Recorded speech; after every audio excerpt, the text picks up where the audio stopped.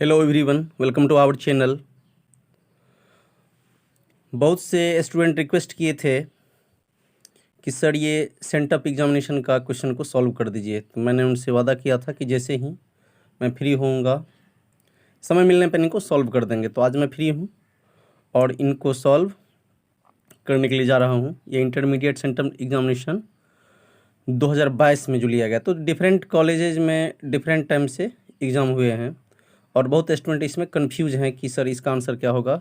और उसका रीज़न है कि सही से थ्रू आउट सिलेबस का प्रिपरेशन नहीं करने के चलते कुछ ही क्वेश्चन में ऐसा है, बट ऐसा मैनी क्वेश्चंस होंगे उसमें। तो चलिए बाबू स्टार्ट करते हैं, इनको सॉल्व कर देते हैं ताकि आपका डर भाग जाए और सही कॉन्सेप्ट मिल पाए आपको। तो आज चूँकि ये फर्स्ट वीडियो होगा सेंटअप एग्जामिनेशन के लिए, तो इसको हम वर्बली जल्दी ही इसको पहले चिन्हित कर लेते हैं हम लोग, कौन सही है कौन गलत। उसके बाद नेक्स्ट वीडियो में इसको सॉल्व कर देंगे। तो पहले देख लीजिए, इसमें जितना हो सकता है मैं आपको समझाने का प्रयास कर रहा हूँ। चलिए स्टार्ट करते हैं। यहाँ पर 1 नंबर का प्रश्न है, 20 सेंटीमीटर फोकस दूरी के उत्तल लेंस की क्षमता होगी। तो P बराबर 1/f होता है, तो P बराबर 1/f का मान 20 सेंटीमीटर दीजिएगा तो ये इस प्रकार 5 डायोप्टर आ जाएंगे। ये किसी स्टूडेंट का ही है, 5 डायोप्टर आ जाएगा। नेक्स्ट क्वेश्चन है, प्रकाश का पूर्ण आंतरिक परावर्तन संभव नहीं है जबकि प्रकाश अपवर्तित होता है जल से कांच में। चूँकि जल का जो है अपवर्तनांक अधिक, जल का अपवर्तनांक कम है और कांच का अधिक है, तो कभी भी ये आंतरिक परावर्तन होगा किसमें, सघन वाले माध्यम, अधिक वाला अपवर्तनांक में। तो ये जल से क्या हो जाएंगे, कांच।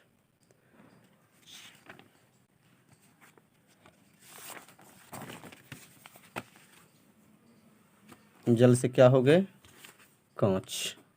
चलिए थर्ड नंबर का क्वेश्चन चलते हैं। प्रिज्म द्वारा प्रकाश को 7 रंगों में तोड़ने की प्रक्रिया कहलाती है। आप लोग भली भांति जानते हैं वर्ण विक्षेपण। ये बेसिक क्वेश्चन है, बहुत पहले भी पढ़े होंगे आप लोग। आकाश के नीले रंग का कारण, आकाश के नीले रंग का कारण, तो आकाश के नीले रंग का कारण तो जानते हैं, प्रकाश का जो है आकाश के नीले रंग का कारण, आकाश नीला दिखता है प्रकाश का प्रकीर्णन के कारण। रेले का नियम आप लोग पढ़े होंगे। ये आकाश नीला जो है इसी कारण दिखाई देता है। तो इस प्रकार 4 का ऑप्शन, ये तो स्टूडेंट सही लगाया है लग रहा है। चलिए 4 का ऑप्शन सी हो गया, 4 का ऑप्शन सी हो गया। 5 नंबर, निम्न में कौन सी परिघटना प्रकाश की क्वांटम प्रकृति का समर्थन करती है। क्वांटम प्रकृति का समर्थन करती है, प्रकाश विद्युत प्रभाव। तो 5 का आंसर क्या हो गया आपका, डी। चलिए नेक्स्ट देखा जाए।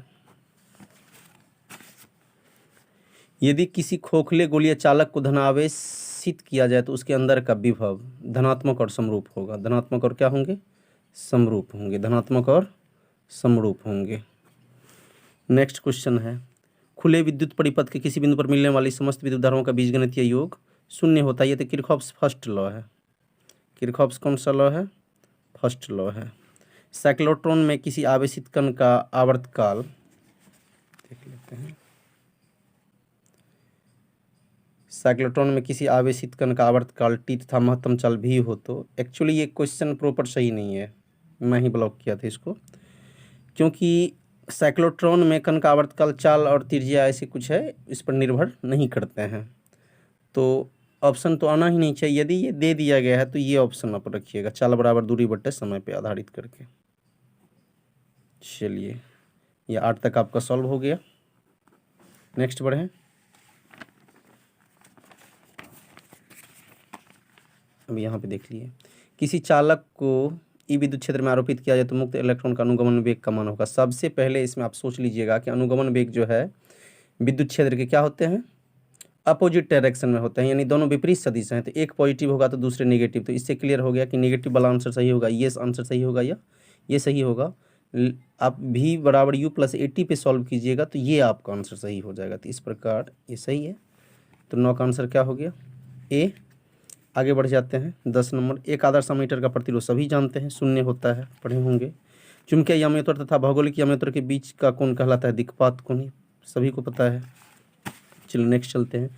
एक तार का प्रतिरोध R है, यदि इसे खींचकर व्यास आधा कर दिया जाए तो तार का प्रतिरोध होगा। ये देखने में बहुत सिंपल क्वेश्चन लग रहा है, लेकिन इसको आपको सॉल्व करना पड़ेगा। सॉल्व करने के बाद ये जब ही व्यास आधा होगा तो ये जान लीजिएगा कि व्यास आधा होने का मतलब है कि उसकी लंबाई 4 गुनी बढ़ जाएगी। लंबाई की व्यास आधा करने का मतलब लंबाई कितना गुनी बढ़ेगी? 4 गुनी।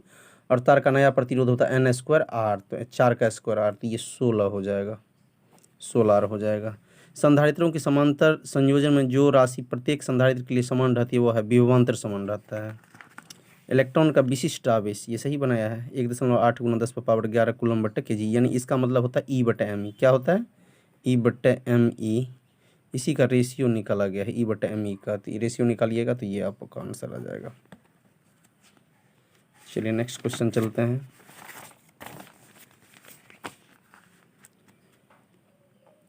किसी ऊंचाई ट्रांसफार्मर के प्राथमिक एवं द्वितीयक कुंडली में लपेटों की संख्या क्रमशः n1 तथा n2 है। तो ये ऊंचाई ट्रांसफार्मर में द्वितीय कुंडली में तार के लपेटों की संख्या क्या होती है? अधिक होती है, तो ये आंसर हो जाएगा n2 > n1। बुक में मिलेगा भी ये क्वेश्चन, मॉडल पेपर में। वायु में स्थित इकाई धनावेश से निकलने वाली संपूर्ण विद्युत फ्लक्स का मान होता है ε0 इनवर्स। 64 समरूप बूंदे, तो पूरे वायरल क्वेश्चन है, सभी को पता होगा कि ये 20 होता है, 20 माइक्रोफैराड। चलिए नेक्स्ट क्वेश्चन चलते हैं। प्रत्येक 6 माइक्रोफैराड धारिता के 3 संधारित्र उपलब्ध हैं, इनके द्वारा प्राप्त न्यूनतम और अधिकतम धारिता। यानी इसको यदि हम लोग श्रेणी क्रम में जोड़ेंगे तो न्यूनतम पाएंगे और समांतर क्रम में जोड़ेंगे तो अधिकतम। श्रेणी क्रम में जोड़ने पर 2 माइक्रोफैराड होगा और समांतर क्रम में 18, यही होगा। निम्न में कौन सी किरणें चुंबकीय क्षेत्र के द्वारा विक्षेपित नहीं होती है? चुंबकीय क्षेत्र के द्वारा विक्षेपित नहीं होती है, तो चुंबकीय क्षेत्र के द्वारा विक्षेपित नहीं होने का मतलब है, तो आप अल्फा किरण तो ये पॉजिटिव होता है और बीटा किरण नेगेटिव, तो ये इससे मैच कर रहा है, तो इस प्रकार आप इसमें गामा रे पे चिन्हित कर दीजिएगा।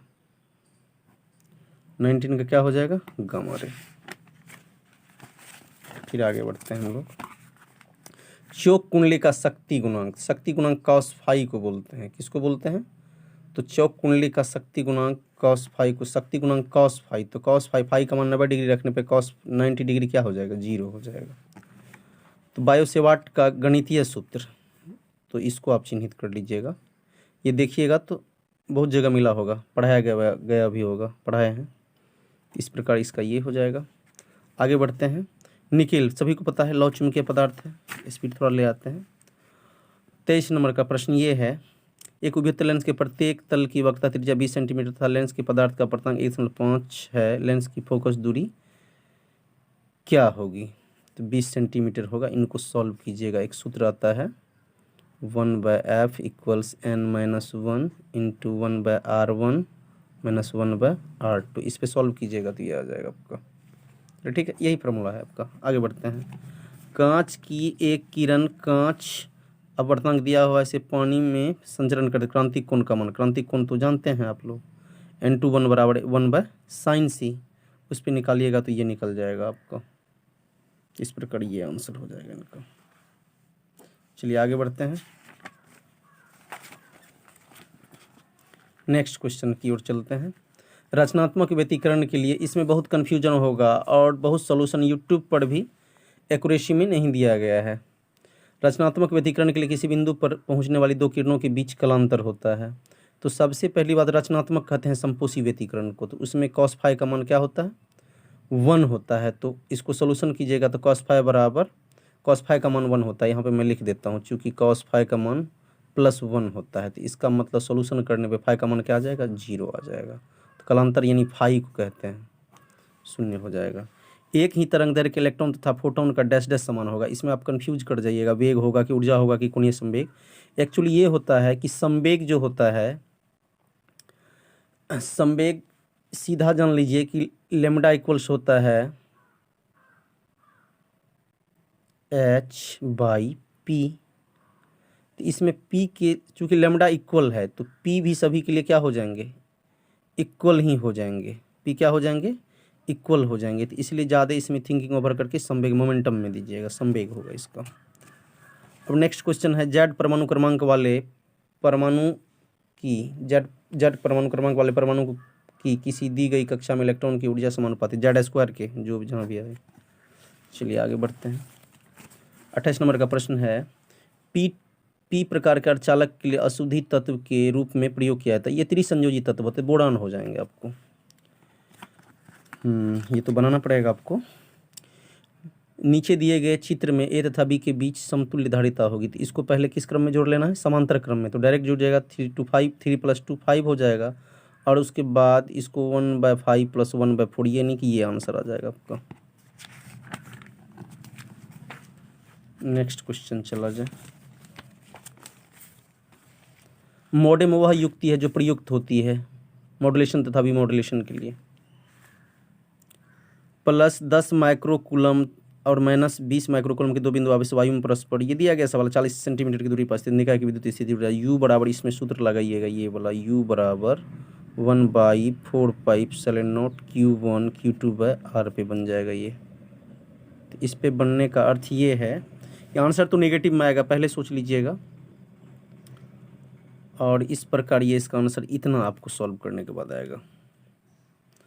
और 32 नंबर में है विद्युत द्विध्रुव की निरक्षीय स्थिति में विद्युत विभव होता है, तो ये 0 होता है, सभी को पता है। क्या होता है? 0 होता है।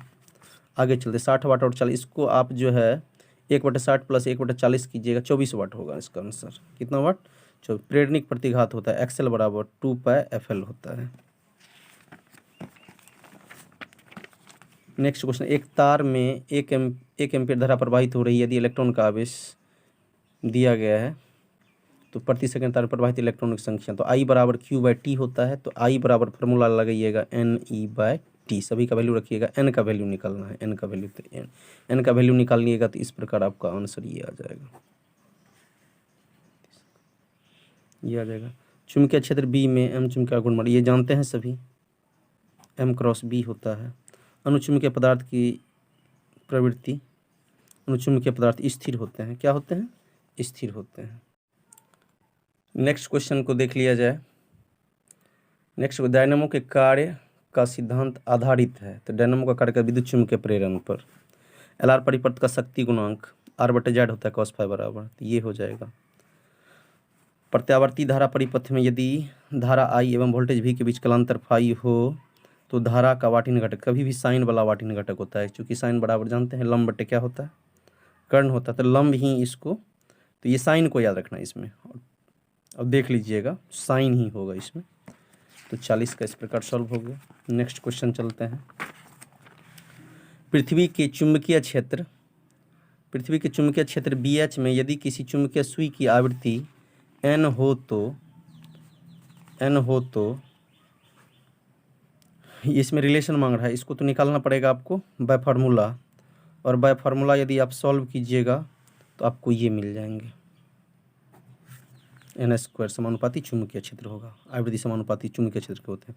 पृथ्वी के चुंबकीय ध्रुव पर नमन कोण का मान 90 डिग्री होता है, सभी को पता है, नमन कोण का मान 90 डिग्री होता है। 43 नंबर, एक उत्तल लेंस को पानी इतना में डुबाया जाता है तब यह व्यवहार करता है। देखिए यदि यहाँ पे अधिक अपवर्तनांक है और ये कम अपवर्तनांक वाले में जाएगा तो ये अपने जैसा व्यवहार करेगा, तो उत्तल लेंस की ही तरह होगा। निम्नलिखित में किसका अपवर्तनांक सबसे अधिक है? ये तो बहुत पहले से जानते होंगे आप लोग, ये हीरा होता है, 2.42 होता है। आँख के किस दोष को दूर करने के लिए बेलनाकार लेंस का व्यवहार किया जाता है? तो अबिंदुकता में बेलनाकार, और जरा दृष्टि रहता है तो क्या होता है? द्विफोक्सी होता है, तो अबिंदुकता इसके लिए सही है। कौन सही है? अबिंदुकता। चलिए नेक्स्ट क्वेश्चन पे बढ़ते हैं। दृश्य प्रकाश के रंग का कारण, वैसे देखिएगा तो दृश्य प्रकाश के रंग का कारण रियल में, तो इसमें वेग भी आपको लगता होगा सही, तरंग दैर्घ्य दीजिएगा, तरंग दैर्घ्य से ही वेग निकलेगा, तो तरंग दैर्घ्य हो जाएगा। किसी बिंदुवत स्रोत से परिमित दूरी पर तरंगाग्र गोलाकार होते हैं। सूर्य के प्रकाश का स्पेक्ट्रम, ओहो इसमें तो लगता डबल ऑप्शन सही है आपका। देखिए सतत स्पेक्ट्रम तो होता ही एक साथ वाली काली वाली रेखा होती है, ऑब्जर्वेशन होता है इसमें, तो यदि दे दिया जाए तो इसको पहले सही कीजिएगा। वैसे ये भी ऑप्शन आपका सही है, तो पहले इसको सही कर लीजिएगा, यदि या तो यही सही होगा, ये भी वैसे सही है, तो पहले इसको सही कीजिएगा। वैसे ये ऑप्शन दे दीजिएगा, चूँकि 2 ऑप्शन आ रहा है तो बेस्ट यही रहेगा आपके लिए। ये भी ऑप्शन सही है, इसको गलत नहीं कर सकते आप, लेकिन बेस्ट यही होगा चूँकि ये कंटिन्यूस होता है। आगे बढ़ते हैं। जितने समय में किसी रेडियो एक्टिव पदार्थ की राशि अपनी प्रारंभिक राशि से आधी हो जाती है, तो अर्धायु ताप बढ़ने से अर्धचालक का विशिष्ट प्रतिरोध उल्टा कीजिएगा, इसमें अर्धचालक के लिए घटता है। पृथ्वी के किसी स्थान पर टीवी प्रेषण की टावर की ऊंचाई कितना है बाबू? 245 मीटर कितने अधिकतम दूरी तक टावर का प्रसारण होगा? तो ये 245 से 56 किलोमीटर दीजिएगा आंसर। कितना किलोमीटर? 56 किलोमीटर। आगे है, किसी दूरी पर अवस्थित दो आवेशित कणों के बीच की दूरी f न्यूटन है, उनके बीच की दूरी आधी कर दिया जाए तो आधा का मतलब 1/2 उसका स्क्वायर कीजिएगा, 1/4 हो जाएगा। चित्र में ये देखिए किरचॉफ फर्स्ट लॉ पे आधारित प्रश्न है ये। तो इस जंक्शन से लेना देना है, तो इसको प्लस देखिए, तो आने वाली धारा क्या होती है? पॉजिटिव, जाने वाली निगेटिव। तो यानी 16 - 8 - I यानी कि 8 एम्पीयर हो जाएगा। ये आधारित है समेशन ऑफ किस पर? I = 0 पर।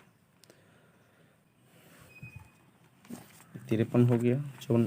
2 बल्ब 25 वाट और 220 वोल्ट, 100 वाट और 220 वोल्ट दिया गया है, इनमें किसका प्रतिरोध ज़्यादा होगा? किसका प्रतिरोध ज़्यादा होगा? तो जिसका वाट में कम रहेगा उसका प्रतिरोध क्या होगा?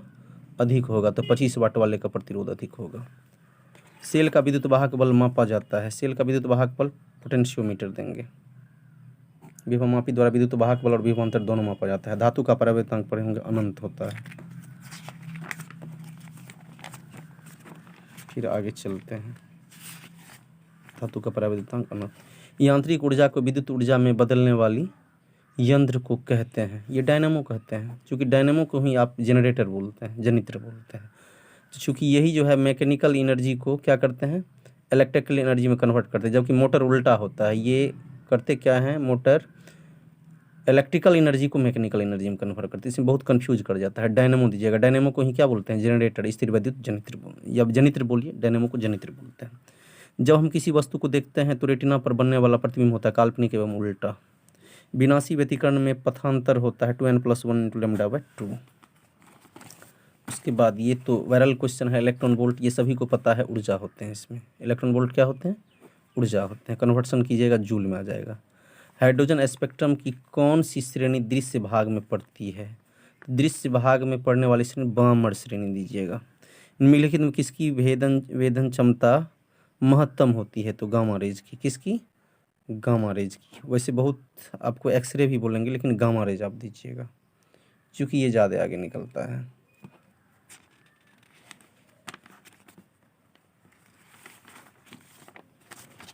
नेक्स्ट क्वेश्चन, पूर्ण तरंग दिष्टकारी, ये क्वेश्चन तो हो चुका है। पूर्ण तरंग दिष्टकरण में यदि निवेशी आवृत्ति, यहाँ पूर्ण नहीं होगा, यहाँ अर्ध होगा, हाफ रेक्टिफायर होगा। इनकमिंग जो क्वेश्चन में प्रॉब्लम है, यहाँ पे हाफ होंगे, क्या होंगे? अर्ध होंगे, यहाँ पर फुल नहीं होगा। यहाँ पर दिष्टकरण में यदि निवेशी, इसको मैं ब्लॉक कर देता हूँ, ठीक है। ये क्वेश्चन में यहाँ पे पूर्ण नहीं होगा, अर्ध होगा। में यदि निवेशी आवृत्ति 50 हर्ट्ज है तो निर्गम आवृत्ति होगी, तो इसका डबल हो जाता है, तो ये 100 हो जाएगा आपको। निम्नलिखित में कौन विद्युतीय क्षेत्र से त्वरित नहीं होता? न्यूट्रॉन। भूतरंगों के लिए आवृत्ति सीमा होना चाहिए, इसको बढ़िया से आप रीड कीजिएगा प्राइवेट ट्रेटर्स, तो आपको इसका रेंज होता है 500 किलोहर्ट्ज से 15 किलोहर्ट्ज तक। यानी 500 से शुरू होंगे, 500 से ऊपर और 1500 किलोहर्ट्ज से नीचे होगा, तो ये वाला हो जाएगा। नेक्स्ट क्वेश्चन पे चलते हैं। यौगिक सूक्ष्मदर्शी की नली की लंबाई बढ़ाने से आवर्धन क्षमता बढ़ती है जी। उसके बाद चुंबक की ज्यामितीय लंबाई तथा चुंबकीय लंबाई में संबंध होता है। कभी भी ध्यान रखिएगा, ज्योमेट्रिकल लेंथ कम होता है और मैग्नेटिक लेंथ क्या होता है? अधिक होता है, क्योंकि ये इफेक्टिव लेंथ होता है। तो इसका ये ऑप्शन दे दीजिएगा। नेक्स्ट क्वेश्चन चलते हैं। रेडियो सक्रियता का मतलब बैकरेल, उसको क्यूरी में कन्वर्ट कर सकते हैं। तनुकरण यानी एटेन्यूएशन, एटेन्यूएशन डेसिबल में मापा जाता है। किस में मापा जाएगा? एटेन्यूएशन डेसिबल में मापा जाता है। 0 केल्विन पर अर्धचालक व्यवहार करता है कुचालक की तरह। किसकी तरह? कुचालक की तरह, जबकि इसके पास फ्री इलेक्ट्रॉन्स होते हैं, लेकिन वो कुचालक जैसा बिहेव करेंगे। इस प्रकार ये आपका कंप्लीट कर दिए। यदि ये वीडियो आप लोगों को अच्छा लगा होगा तो आप लोगों से रिक्वेस्ट है कि प्लीज़ इस चैनल को सब्सक्राइब, लाइक और शेयर जरूर कीजिए। मिलते हैं नेक्स्ट वीडियो में। Thank you all of you.